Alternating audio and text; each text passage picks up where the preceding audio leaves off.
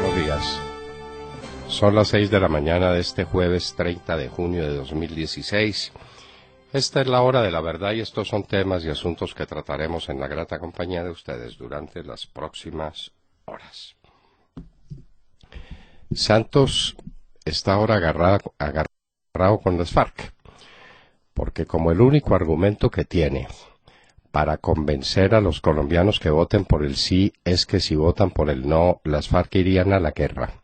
Insiste en que eso es así, y las FARC insisten en decir lo contrario, en que están convencidas de que la gente va a votar por el sí, pero que ellos no vuelven a la guerra, que la guerra se acabó y que ellos no vuelven a la guerra. Santos y las FARC no se ponen de acuerdo y no se pueden poner de acuerdo. Ese problemita tiene Santos, entre otras.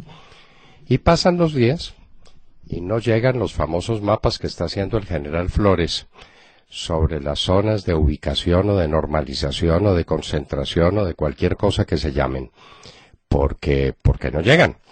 Y entonces los colombianos no saben dónde le van a poner a los de las FARC, ni cuántos son los de las FARC, ni con cuántos amigos relacionados o milicianos se van a, pues no a encerrar, porque ellos dicen que no se van a concentrar, se van a ubicar o se van a normalizar. Nadie sabe nada, nadie sabe nada. El espectáculo ya se hizo, fue el 23, hace exactamente una semana. Y después del espectáculo, nada, de nada, de nada. El señor Vivanco, de Human Rights Watch, aparece ahora rarísimo defendiendo a Petro y diciendo que la sanción que le impone el procurador es una sanción para impedirle que ejerza derechos políticos. Es una lástima que el señor Vivanco no tenga una secuencia clara de los acontecimientos, porque estas sanciones vienen de muy antiguo. Y nunca que sepamos, Vivanco protestó porque a alguien se le cercenaran los derechos políticos. Es que esas sanciones tienen ese efecto. El que recibe la sanción no puede ser elegido ni puede desempeñar cargo público ninguno. Eso nos pasó a nosotros por orden del Tartufo, que nos sancionó por decirle a un juez que quería soltar a los Rodríguez Orejuela mucho menos de lo que el juez se merecía. Pero no importa. Lo cierto pues es que Vivanco ahora defiende a Petro. Vamos a Europa. Escocia no quiere salir de Europa, definitivamente no quiere salir de Europa. Y está dispuesta, inclusive, a un nuevo referendo para independizarse de la Gran Bretaña, ahí sí, con una carta ganadora, para decir que si se independiza, entonces vuelve a Europa. El lío del Brexit en la Gran Bretaña. Mataron el cuero, el tigre, y ahora ¿qué hacen con el cuero? No saben qué hacer. Se pusieron a jugar a las escondidas y escondidos se quedaron. Mientras tanto, Putin normaliza relaciones con Turquía después de los horrendos atentados en el aeropuerto de Estambul. Putin resolvió normalizar relaciones con Turquía, las que estaban rotas desde aquel día en que la aviación turca derribó un avión ruso que había penetrado en su territorio. Esas relaciones estaban rotas, Putin ahora ordena restablecerlas. Losada y Conmilitones desautorizan a Santos, era lo que decíamos al comienzo. Losada y los otros miembros de las FARC insisten en que ellos no van a la guerra y que no vuelven a la guerra. Y Santos los quiere convencer de que digan lo contrario, a ver si logran asustar, porque es el susto el único argumento que Santos tiene para ganar con el sí. No tiene otro argumento. ¡Qué miedo! ¿Vienen las FARC con la guerra? Pues las FARC le quitan el argumento y le dicen, como dice este asesino Losada, que ellos a la guerra no vuelven. ¿Cuánto pagan de impuesto a la renta los congresistas? Los colombianos y los comentaristas de prensa siguen comentando el valor de los ingresos de los congresistas. Pueden ser altos o pueden ser bajos. Nos interesa eso mucho menos que el tema central. cuánto pagan de impuestos. Porque los congresistas, ellos tienen montado un sistema de recibo de sus ingresos que les permite evadir impuestos. Ellos los que hacen las leyes para que los demás colombianos no evadan los impuestos. Ellos que hacen las leyes para que los colombianos paguen muchos impuestos. Ellos se regulan los ingresos de manera tal que no pagan impuestos. Los pagan sobre 6 millones de pesos de ingresos cuando tienen 26 o 27 o 28. ¿Eso cómo es? Tenemos un cálculo. El porcentaje de tributación de los congresistas es del 3% sobre los ingresos totales. Porque como lo demás, lo que no reciben en salarios, se va como esos lo llaman de distintas maneras, como primas de servicios y como primas de no sé qué cosas y como auxilios de sí sé qué, eso no paga impuestos. Entonces pagan impuestos sobre 6 millones. Eso es lo que nos parece realmente escandaloso. Jorge Enrique Vélez García, gobernador de La Guajira, es el superintendente de notariado y registro. Es un hombre muy valioso, muy significativo. Lo nombraron gobernador de La Guajira y dice que se va a dedicar a mirar la contratación, que en La Guajira se sabe es un robo continuo.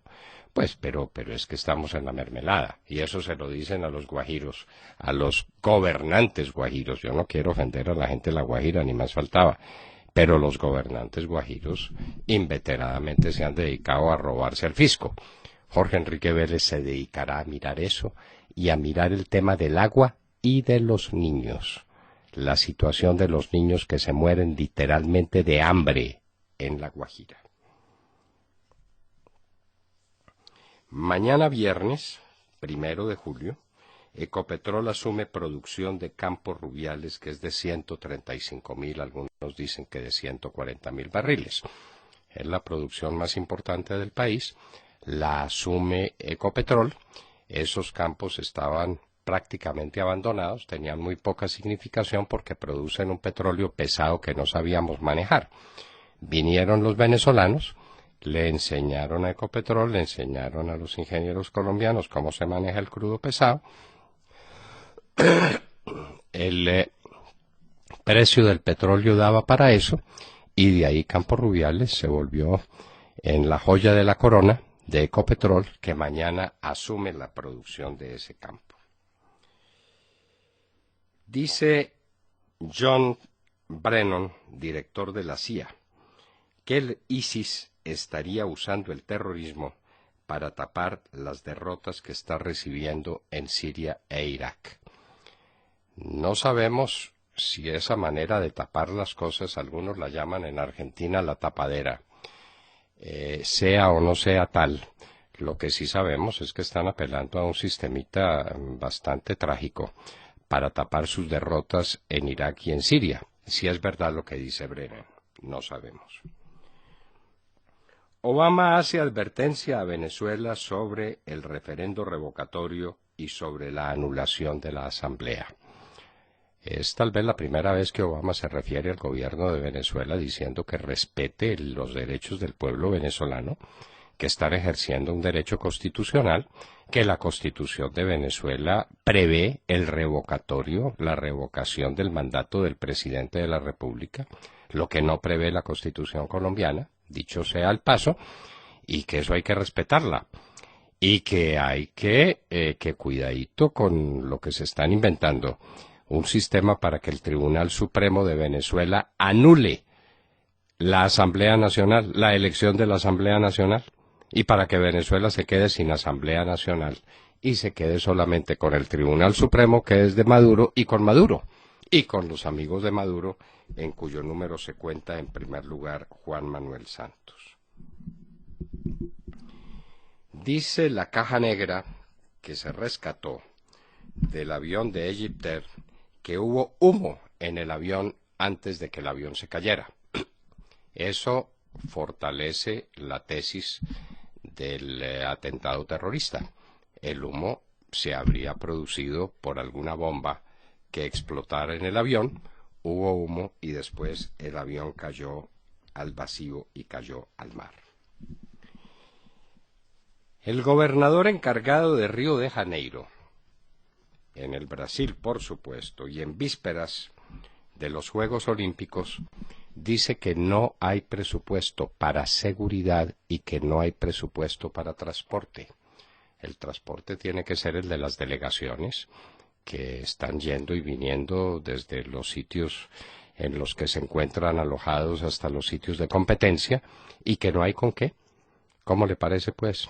La tranquilidad, de manera que los Juegos Olímpicos se debaten entre el Zika. Ya mucha gente canceló la visita al Brasil de miedo del Zika. Entre la inseguridad, porque están diciendo que les preocupa más que el Zika las amenazas que han recibido del grupo ISIS, y ahora falta de presupuesto. Era pues lo que faltaba. Y a todas estas no se sabe qué van a hacer con Dilma Rousseff.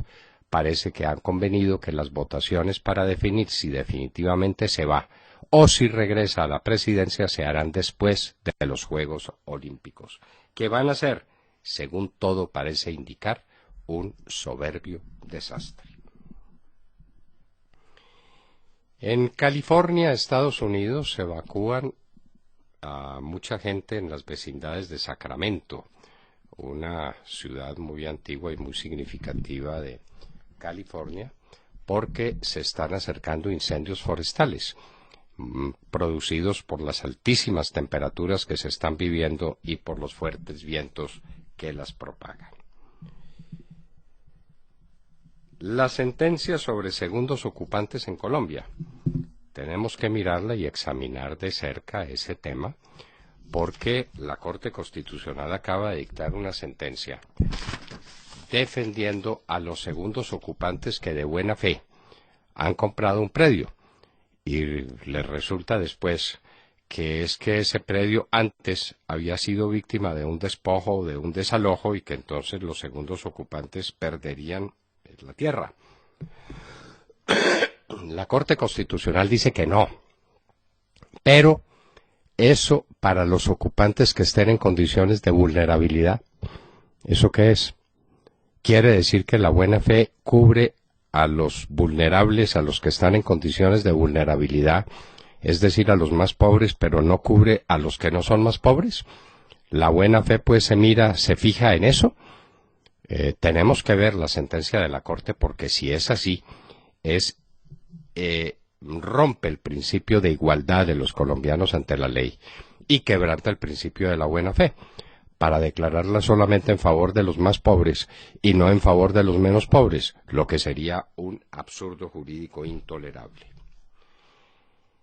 Dicen que se acrecienta el lío camionero, y es que aparece ahora una asociación que no estaba negociando con el dato de que hay 50.000, oigan la cifra, 50.000 camiones que tienen matrículas falsas, que no cumplen los requisitos del Ministerio de Transporte, pero que operan en el mercado con las cédulas, con las matrículas falsas. 50.000. Y que esa es la caída del valor de los fletes, que esa es la indebida competencia y que le exigen al gobierno nacional que paralice la actividad de esos 50.000 camiones. Y nosotros nos preguntamos, ¿eso a qué horas ocurrió? ¿Cuándo permitió el gobierno que se hiciera una cosa de ese tamaño con 50.000 camiones? ¿Quién los dejó importar? ¿Cómo se asociaron? ¿Eso cómo es? Pero es la última noticia. Y obviamente si eso es así, pues el levantamiento del paro camionero no tiene cuándo.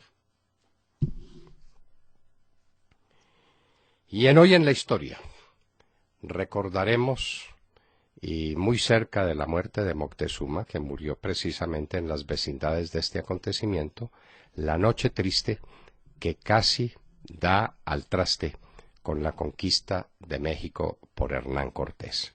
De todo esto y de mucho más hablaremos con ustedes en las próximas horas, en la Hora de la Verdad. Como siempre, le damos la bienvenida a ustedes para que nos sigan a través de Internet en www.lahoradelaverdad.com. Nos pueden escuchar en Wound Radio y en Tuning también, nuestras plataformas en internet, para que tengan audio de alta calidad. Nos pueden sintonizar a través de los 710 AM en Medellín, a través de los 1200 AM en Cali, 970 AM en Bogotá y en Radio Sabana de Sincelejo a través de los 1370 AM. Buenos días, doctor Fernando, compañeros de la mesa y nuestros oyentes en Colombia y en el mundo. La noticia con la que saludamos esta mañana tiene que ver con las contradicciones de Juan Manuel Santos y las FARC, que al parecer no se ponen de acuerdo fuera de La Habana. Ayer en el Congreso Internacional de Servicios Públicos en Cartagena, el presidente aseguró nuevamente que de romperse las negociaciones o de ganar el no, se incrementará la guerra. Pero pues recordemos, como dijimos ayer, que alias Carlos Lozada dio declaraciones por parte de las FARC diciendo que respetarían la decisión del pueblo en la refrendación y que la guerrilla no volvería a las armas. Entonces, ¿quién dice la verdad? ¿A quién tenemos que creerle los colombianos? Y esto no es todo. Un periodista le preguntó sobre las amenazas de guerra urbana y de aumentar los impuestos, y Santos le respondió que eso no eran amenazas, que él estaba diciendo la verdad, y que recordáramos que todos los procesos de negociación fallidos en otras oportunidades en el país habían acrecentado la guerra, y que sin duda estar en esta situación era más costoso que estar en paz. Y que por eso habría que aumentar impuestos, pero pues todos sabemos que la ley de reforma tributaria va sí o sí.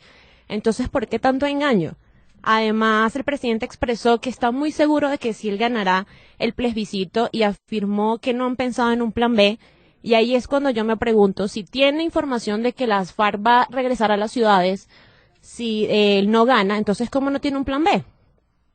De todas formas, él dice que conoce a los colombianos, que sabe que todos están de acuerdo con la paz y que él sí va a ganar. Doctor Fernando, no sabemos qué va a pasar en el posacuerdo, no se sabe cómo se van a implementar las cosas acordadas, ni siquiera sabemos si esos borradores van a ser los textos finales, tampoco sabemos qué va a pasar si gana el no. Entonces, ¿qué futuro tan incierto nos espera a los colombianos? Bueno, los colombianos no queremos la paz como la está diseñando Santos.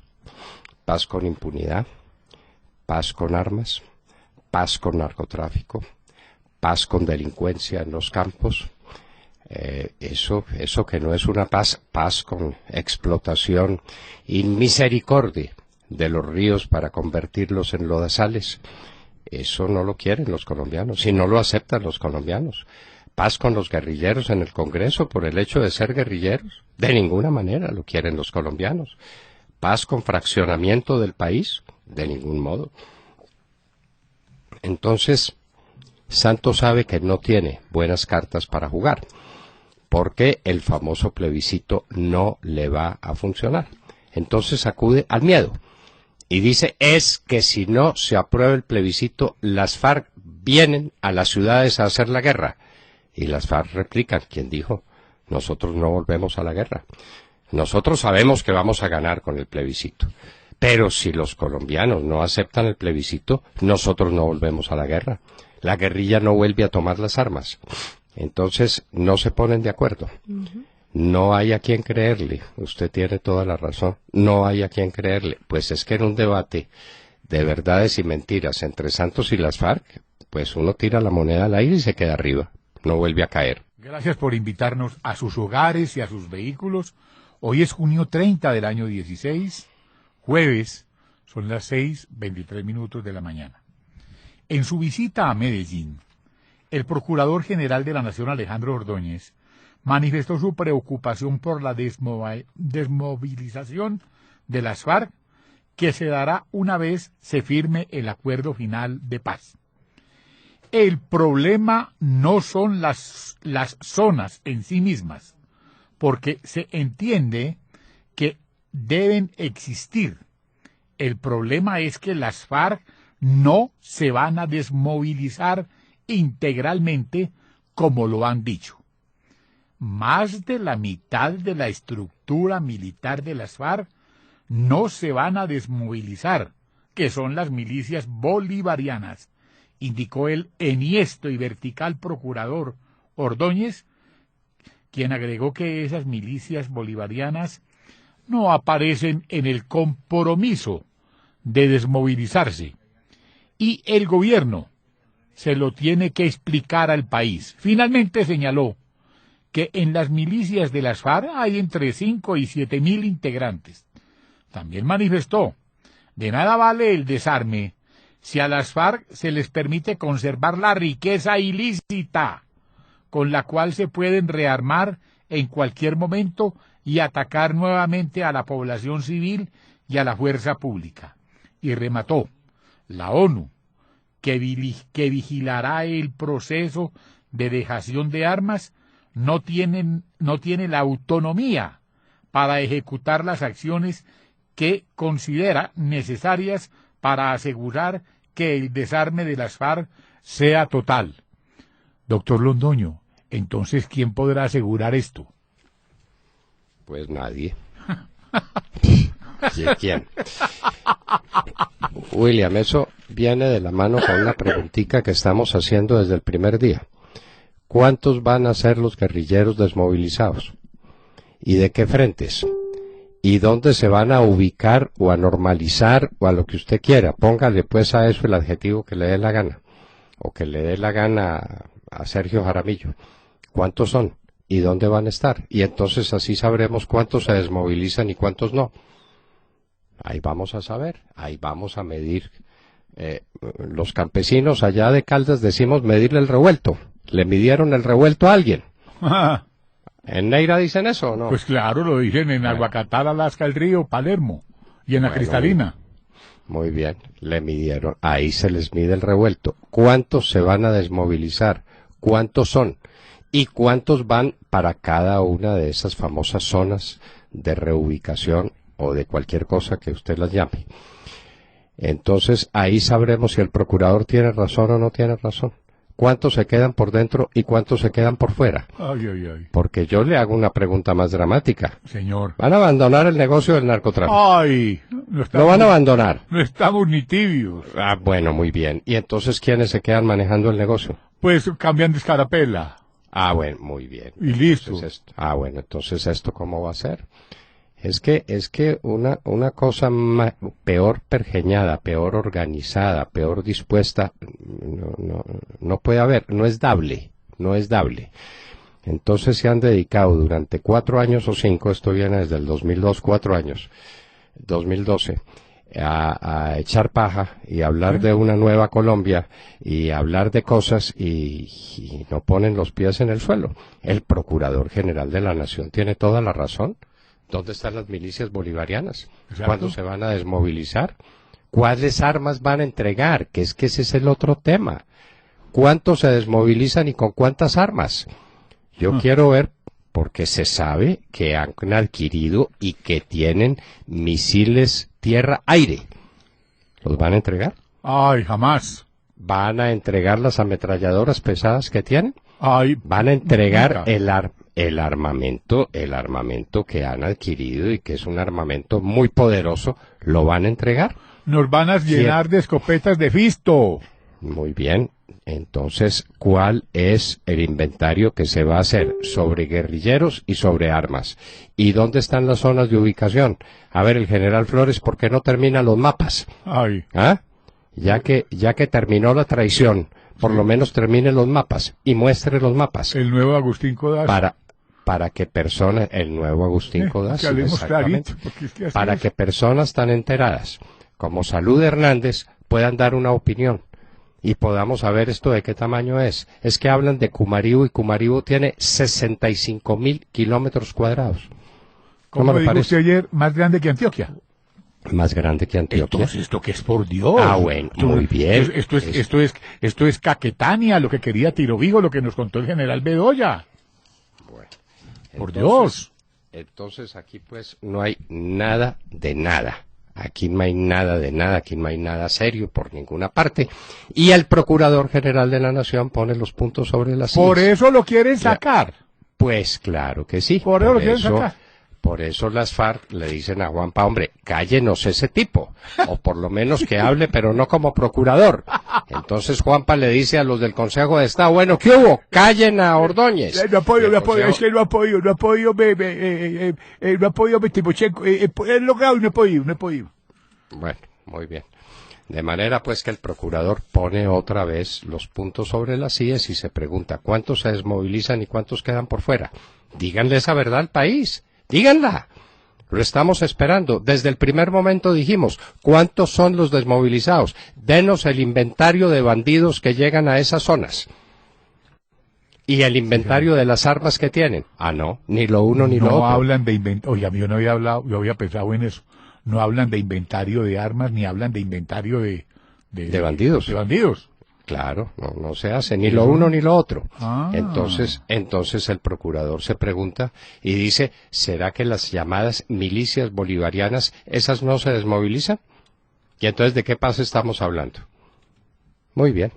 Y nos vamos para los Estados Unidos porque Cristina Londoño tiene cosas muy importantes que contarnos sobre la política de ese país. Buenos días, Cristina. Hola papi, muy buenos días y muy buenos días a todos. Bueno, hoy voy a empezar con una actualización del estado de la contienda presidencial aquí en los Estados Unidos. Una nueva encuesta de la cadena Fox News dice que Hillary Clinton le lleva 6 puntos de ventaja a Donald Trump en la intención de voto. Hillary Clinton, la virtual nominada demócrata, le lleva también 6 puntos de ventaja al virtual nominado republicano Donald Trump en una llamada encuesta de encuestas que hace la cadena CNN y es cuando saca el promedio de todas las encuestas a nivel nacional. Este descenso en popularidad de Donald Trump, del magnate republicano, se da después de varias semanas de una racha de mala suerte, se le podría decir. Entre las mujeres, las encuestas muestran a Hillary con una ventaja de casi 20 puntos, 51% contra 32%. Entre los hombres, la ventaja la lleva Donald Trump, pero solamente por 10% de la intención de voto. Sin embargo, la parte que debería ser más preocupante, dicen analistas, para Donald Trump, es su baja favorabilidad dentro de los propios republicanos. Un 74% de los republicanos dicen que lo quieren, tienen una opinión favorable de él, y solamente un 52% de los republicanos, estamos hablando de los republicanos, de los conservadores de su propio partido, dicen que lo prefieren a Hillary Clinton. Para Clinton, dentro del Partido Demócrata, pues 83% de los votantes estarían dispuestos a darle su apoyo. Trump, un poco desesperado, empieza a criticar. Ayer llamó a Hillary Clinton la aspirante a la Casa Blanca más corrupta de la historia y también criticó fuertemente a su propia gente, a otros aspirantes a la nominación republicana que estuvieron de acuerdo con Donald Trump en firmar un documento en la pretemporada política diciendo que estarían dispuestos a apoyar a cualquier candidato que eligiera el partido. Y esto es irónico porque la firma de ese documento, la intención que tenían eran los otros republicanos, pensaban que ellos iban a ser el nominado y tenían miedo de que Trump dividiera el partido y se lanzara como independiente. Jamás firmaron ese documento pensando que Donald Trump sería el virtual nominado. Entre ellos están Ted Cruz, Jeb Bush, John Kasich, gobernador de Ohio, que hasta ahora no ha apoyado a Donald Trump. Ted Cruz y Jeb Bush, por su parte, han dicho que no van a votar por él y, como les había contado la vez anterior, han dicho que ni siquiera van a ir a la convención. En tanto, el presidente Obama se reunió con sus colegas de Canadá y de México en Ottawa en una reunión de los líderes de Norteamérica, de los países firmantes del llamado NAFTA, el Tratado de Libre Comercio para América del Norte. Y sin mencionar el nombre de Donald Trump, Obama al parecer estaba tratando de apaciguar las preocupaciones de Canadá y de México. Les aseguró que él no cree que bajo ninguna manera Estados Unidos podría cancelar los acuerdos comerciales que tiene con esos países, asegurando que candidato, el aspirante republicano, es el arquetipo de fracasado histórico. Y dijo que ya en el pasado habían existido demagogos que habían explotado el sentimiento antiinmigrante. Dice que el lenguaje es idéntico, pero que los inmigrantes de todas maneras han seguido llegando a los Estados Unidos. Enrique Peña Nieto de México y Justin Trudeau de Canadá, claramente preocupados por la posibilidad de que Donald Trump vaya a llegar a la Casa Blanca, ya que Trump ha dicho que los acuerdos comerciales con esos países, que el acuerdo comercial con esos países fue algo de perdedores y que deja muy mal parado a Estados Unidos, que deja a Estados Unidos en desventaja. Peña Nieto de México claramente no quiere a Donald Trump, lo ha comparado con Hitler, con Mussolini, ha criticado su propuesta de construir un muro gigantesco en la frontera con México y además lo que ha dicho de sus ciudadanos que mandan lo peor a este país. Sin embargo, al igual que Trudeau, el canadiense, ha dicho que está dispuesto a trabajar con el que sea elegido por el pueblo estadounidense a la presidencia. Es lo que tengo por el momento. Ahora regreso contigo al estudio, papi. Que tengas muy buenos días y muy buenos días a todos. Muchísimas gracias, Cristina. No pintan bien las cosas para Donald Trump. Para Hillary Clinton pintan bien en el sentido en que va a sacar más votos, pero más votos producidos por el miedo y por la repugnancia que los norteamericanos puedan desarrollar frente a Donald Trump, con justísima razón, pero no por el entusiasmo que su candidatura, que su nombre, que sus posibilidades ejecutivas merezcan. De manera que triste, muy triste, el panorama político de los Estados Unidos. Santiago Castro. Doctor Londoño, muy buenos días para todos los oyentes y para los compañeros de la mesa. Según datos de la Asociación Colombiana de Petróleo, en su último informe económico, el valor de las exportaciones de crudo cayó en un 55% y el volumen exportado cayó en un 20.6%. Por su parte, Rubén Darío Lizarralde, doctor Londoño, presidente de la Cámara Colombiana de Bienes y Servicios Petroleros, insistió en que actualmente no hay seguridad jurídica para los inversionistas y ello sin duda impide el desarrollo del sector. No en vano, según su último informe sobre el estado de taladros en el país, el 91.4% estarían sin operar. Actualmente, doctor Londoño, la producción de petróleo sigue cayendo y se encuentra a puertas de estar por debajo de los 900.000 barriles diarios, algo que Campetrol ya había advertido. A principios de este mes, Francisco Lloreda, presidente de la ACP, ya había advertido sobre las urgentes inversiones que se requieren en el sector, anunciando que de no lograrse, Colombia se vería obligada a importar crudo en el 2022, pues la producción estaría por debajo de los 400.000 barriles. En su comentario económico del día de ayer, la Asociación Nacional de Instituciones Financieras, ANIF, alertó sobre los precios del petróleo y la dinámica exploratoria en Colombia. Indica el documento, doctor Londoño, y abro comillas, toda la institucionalidad mineroenergética hoy luce amenazada en al menos 3 frentes. Primero, mecanismos de consultas con comunidades que han implicado órdenes de la Corte Constitucional para paralizar pozos productivos. Segundo, conceptos de la Corte Constitucional que están dando de facto poder de veto a las autoridades regionales frente a conceptos favorables que había expedido la Agencia Nacional de Licencias Ambientales. Y tercero, situaciones de hecho que paralizan arbitrariamente la movilización de taladros y equipos equivalentes a extorsiones donde el Estado no se hace respetar de forma inmediata, cierro comillas. Así entonces, doctor Londoño, la actividad exploratoria en Colombia está paralizada, no se puede decir de otra manera. No hay una política clara para la promoción del sector y tal como lo dijimos aquí hace unos días, citando el marco fiscal de mediano plazo del Ministerio de Hacienda, los ingresos del sector petrolero para el Gobierno Nacional Central estarán en ceros durante los próximos 2 años. Tenemos así un sector mineroenergético en una de sus peores crisis en las últimas décadas, sin que el Estado colombiano esté en capacidad de responder. Prosperidad para todos, doctor Londoño. Santiago, la cosa es más honda y el problema más grave porque tampoco se está haciendo sísmica. Es que la secuencia es primero se hace la sísmica, una vez que la sísmica muestra que el terreno puede contener petróleo se hace la exploración y después de comprobada la existencia de hidrocarburos se procede a la explotación. Pero si no se hace sísmica, pues no se puede hacer exploración. Y no se está haciendo sísmica. Y entonces los taladros están quietos, quiere decir que no se está explorando. Pero más grave que eso, no se están haciendo estudios de sísmica. Y no se hacen por razones de seguridad jurídica, por razones tributarias. A la ANIF se le olvidó ese temita. Y es que la Asociación de Petroleros ha dicho con el régimen tributario que pesa sobre las compañías petroleras, no somos competitivos.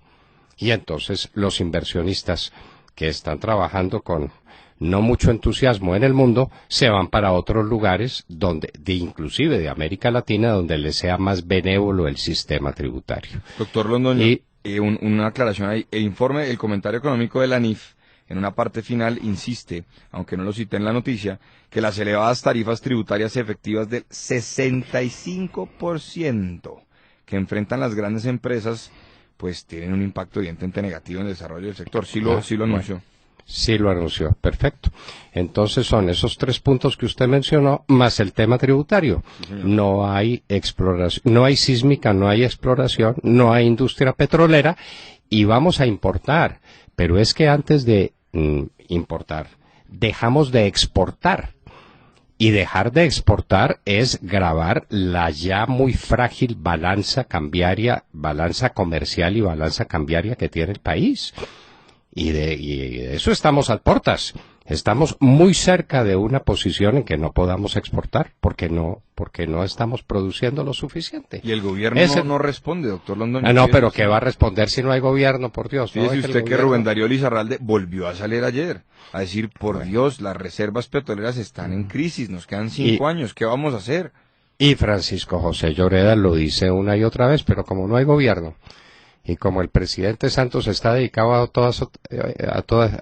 otras cosas bien distintas, a ir vestido de caqui por el mundo, por el país, diciendo tonterías y hablando sin teleprompter, lo que es un peligro enorme para la democracia colombiana y para la misma causa santista. Roberto Mora. Buenos días, doctor Londoño, queridos oyentes y compañeros de la mesa. Por amor a Dios, hombre, váyase. Esta fue la frase que el primer ministro Cameron le espetó ayer a Jeremy Corbyn, líder del Partido Laborista, que comenzó una sesión en el Parlamento preguntándole a Cameron cómo planeaba evitar que las grandes empresas emigraran del Reino Unido hacia otros países de la Unión Europea con acceso al mercado común. Tras varias repreguntas llegó la airada respuesta del todavía primer ministro. Y es que, como habíamos informado en la hora de la verdad, el Partido Laborista, si bien en principio estaba comprometido con la campaña por la permanencia, no hizo mayor esfuerzo por la causa. Corbyn, que pertenece a la ala más izquierdista de su partido, evitó subirse a la tarima con Cameron, gesto que habría proyectado una imagen de unión entre los partidos tradicionales alrededor de la permanencia. Sus críticos le culpan de haber sido timorato y de no creerse de verdad su papel de defensor de la Unión Europea y sus instituciones. De hecho, Corbyn ya perdió, con un margen de 75%, un voto de confianza de su partido, pero se aferra al poder, aduciendo que fue elegido y tiene un mandato que cumplir. Así que el primer ministro debió pensar, como decimos coloquialmente, tras el ladrón, bufón. No solamente contribuye con su inacción al triunfo del Brexit, sino que ahora debo responderle duros cuestionamientos sobre los efectos de esa medida. Eso explica su airada reacción.